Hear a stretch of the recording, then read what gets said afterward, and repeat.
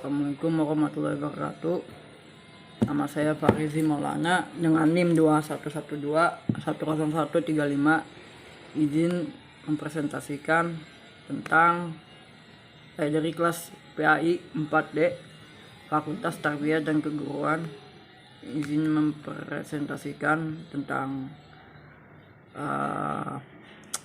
materi pengembangan kurikulum yang diajarkan oleh dosen pengampu Bu Helna Nelis MPD. Oke, langsung saja. Hakikat kurikulum, pengembangan kurikulum dan pembelajaran. Pembahasan: A. Hakikat kurikulum. B. Pengertian kurikulum. C. Fungsi kurikulum. D. Hakikat pengembangan kurikulum. E. Hakikat pembelajaran. A. Pengertian hakikat kurikulum. Pengertian hakikat kurikulum. Hakikat dari kurikulum ialah kegiatan yang mencakup berbagai rencana kegiatan peserta didik yang terperinci berupa bentuk-bentuk bahan pendidikan, saran-saran strategi belajar mengajar, pengaturan program agar dapat diterapkan, dan hal-hal yang mencakup pada kegiatan yang bertujuan mencapai tujuan yang diinginkan. Jadi hakikat kurikulum ini adalah suatu kegiatan atau proses yang melingkup berbagai kayak rencana-rencana gitu agar si peserta didik itu bisa menyusun rencana kedepannya tentang kurikulum atau yang terperinci berupa bentuk-bentuk bahan pendidikan seperti tadi. Lalu yang B ada pengertian kurikulum. Istilah kurikulum yang pada awalnya digunakan dalam dunia olahraga berasal dari kata kurir atau pelari dan curer, tempat berpacu. Pada saat itu, kurikulum diartikan sebagai jarak yang harus ditempuh oleh seorang pelari mulai dari start sampai finish untuk memperoleh medali atau penghargaan. Kemudian, pengertian tersebut diterapkan dalam dunia pendidikan menjadi sejumlah mata pelajaran atau subjek yang harus ditempuh oleh seorang siswa dari awal sampai akhir program pelajaran untuk memperoleh penghargaan dalam bentuk ijazah. Dari pengertian tersebut,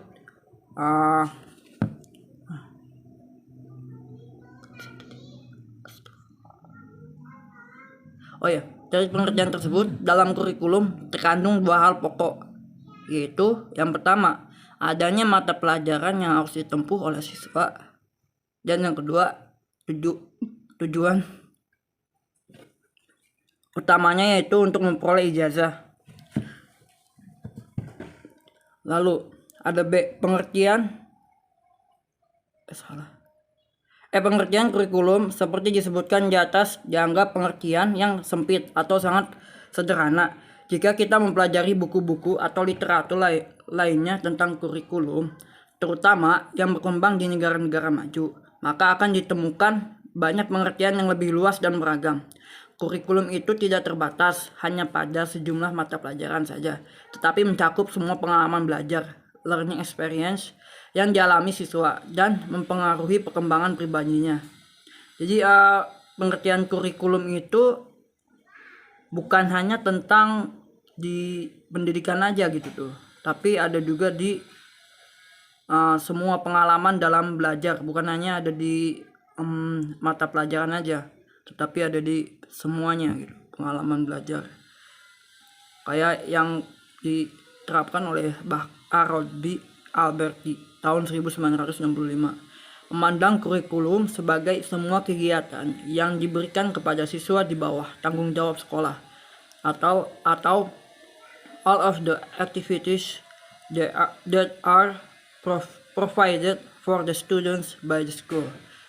Kurikulum tidak dibatasi pada kegiatan di dalam kelas saja, tetapi mencakup juga kegiatan-kegiatan yang dilakukan oleh siswa-siswa di luar kelas. Tuh. Jadi kurikulum itu bukan saja di dalam kelas saja gitu, tapi selama dalam masih lingkupan sekolah atau pendidikan itu atau di luar kelas gitu. Itu masih disebut dengan kurikulum menurut Alberti. Lalu ada pendapat yang senada dengan menguatkan pengertian tersebut, yaitu dikemukakan oleh Saylor, Alexander, dan Lewis 1974, yang menganggap kurikulum sebagai segala upaya sekolah untuk mempengaruhi siswa supaya belajar, baik dalam ruangan kelas dalam sekolah maupun di luar sekolah. Lalu, pengertian kurikulum itu senantiasa terus berkembang sejalan dengan perkembangan teori dan praktik pendidikan.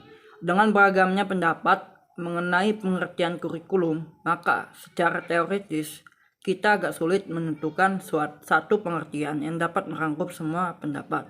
Pada saat sekarang, istilah kurikulum memiliki 4 dimensi pengertian. 1. Dimensi dengan dimensi lainnya saling berhubungan. Lalu ada keempat dimensi kurikulum yang dimaksud tadi itu. Yang pertama ada kurikulum sebagai suatu ide atau gagasan. Yang kedua ada kurikulum sebagai suatu rencana tertulis yang sebenarnya merupakan perwujudan dari kurikulum sebagai suatu ide. Jadi itu tuh menyangkut atau berhubungan dengan yang pertama tadi ya. Lalu yang ketiga ada kurikulum sebagai suatu kegiatan yang sering pula disebut sebagai istilah kurikulum sebagai suatu realita atau implementasi kurikulum. Secara teoritis, dimensi kurikulum ini adalah pelaksanaan dari kurikulum sebagai suatu rencana tertulis. Jadi sama seperti yang awal ya, yaitu tentang yang kedua kurikulum berhubungan. Jadi yang ketiga ini berhubungan dengan yang kedua tadi, yaitu dengan kurikulum sebagai suatu rencana yang tertulis. Lalu yang keempat, kurikulum sebagai suatu hasil yang merupakan konsekuensi dari kurikulum sebagai suatu kegiatan. Jadi yang keempat itu timbul karena ada kurikulum karena ada dimensi yang ketiga, yaitu kurikulum sebagai suatu kegiatan. Ya, itu tadi merupakan keempat dimensi kurikulum tersebut. Lalu ada pandangan atau anggapan yang sampai saat ini masih lazim dipakai dalam dunia pendidikan dan persekolahan di negara kita, yaitu kurikulum sebagai suatu rencana tertulis yang disusun guna memperlancar proses pembelajaran. Hal ini sesuai dengan rumusan pengertian kurikulum seperti yang tertera dalam Undang-Undang Nomor Tahun 2003 tentang Sistem Pendidikan Nasional Pasal 1 Ayat 19 yang berbunyi kurikulum adalah seperangkat rencana dan pengaturan mengenai tujuan, isi, dan bahan pelajaran serta cara yang digunakan sebagai pedoman penyelenggaraan kegiatan pembelajaran untuk mencapai tujuan pendidikan tertentu. Ya. Jadi sampai mana ya?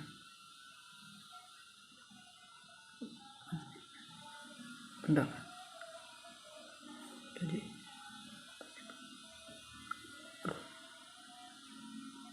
ini. Lalu ada lebih lanjut ada di pasal yaitu pada pasal 36 ayat 3 disebutkan bahwa kurikulum disusun sesuai dengan jenjang dan jenis pendidikan dalam kerangka Negara Kesatuan Republik Indonesia atau NKRI dengan memperhatikan yang pertama ada peningkatan iman dan takwa, yang kedua ada peningkatan akhlak mulia, lalu yang ketiga ada peningkatan potensi kecerdasan dan minat peserta didik. Yang keempat keragaman potensi daerah dan lingkungan. Yang kelima ada tuntutan pembangunan daerah dan nasional. Yang keenam ada tuntutan dunia kerja. Dan secara garis-garis besar pengertian hakikat kurikulum itu dibagi menjadi dua, yaitu yang pertama ada pengertian hakikat kurikulum menurut tradisional, dan yang kedua ada pengertian menurut pandangan modern. Yang pertama saya akan menjelaskan tentang pengertian menurut pandangan tradisional. Menurut Umar Hamalik kurikulum. Menurut Umar Hamalik, kurikulum adalah sejumlah mata pelajaran yang harus ditempuh oleh murid untuk memperoleh ijazah. Jadi kurikulum itu beberapa mata pelajaran yang memang harus dikerjakan atau dilakukan oleh murid untuk memperoleh ijazah. Lalu menurut S. Nasution. Kurikulum diartikan sebagai mata pelajaran yang diajarkan di sekolah. Pengertian kurikulum yang dianggap tradisional ini masih banyak dianut sampai sekarang juga, termasuk tak terkecuali di Indonesia. Dari definisi kurikulum secara tradisional, nampak jelas bahwa adanya kecenderungan penekanan pada rencana pelajaran untuk menyampaikan mata pelajaran yang masih mengandung kebudayaan nenek moyang. Jadi di Indonesia itu masih menggunakan kata-kata tradisional ya, mengacu kepada kurikulum tradisional. Lalu yang kedua ada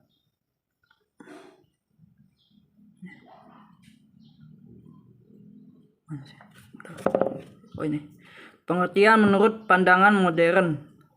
Pada saat ini, kurikulum tidak hanya sebagai batas sarana pendidikan, namun sudah juga bisa ditemui di dunia politik dan sudah bisa menjadi bekal para lulusan dalam menjawab tuntutan masyarakat. Jadi pada saat ini tuh nggak sebatas di dunia pendidikan aja gitu tuh, tapi udah bisa ditemukan di dunia politik, kayak mungkin di suatu perusahaan atau mungkin kayak partai gitu mungkin. Ya, lalu ada fungsi kurikulum. Fungsi kurikulum pada dasarnya, kurikulum itu berfungsi sebagai pedoman atau acuan bagi guru. Kurikulum itu berfungsi sebagai pedoman dalam melaksanakan proses pembelajaran.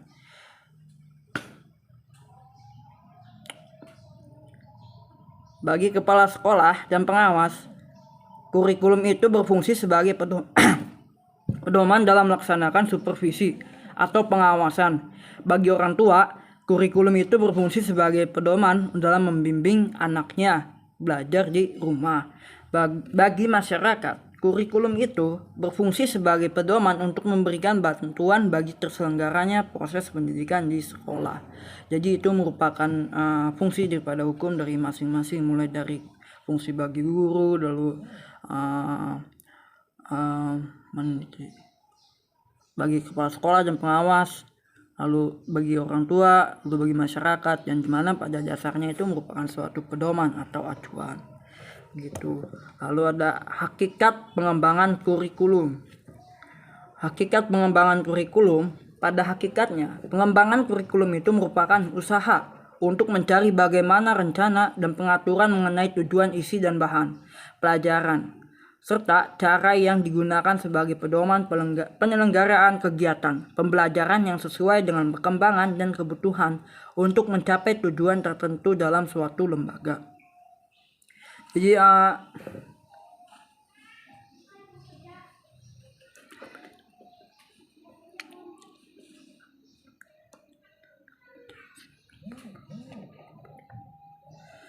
Jadi begitu ya.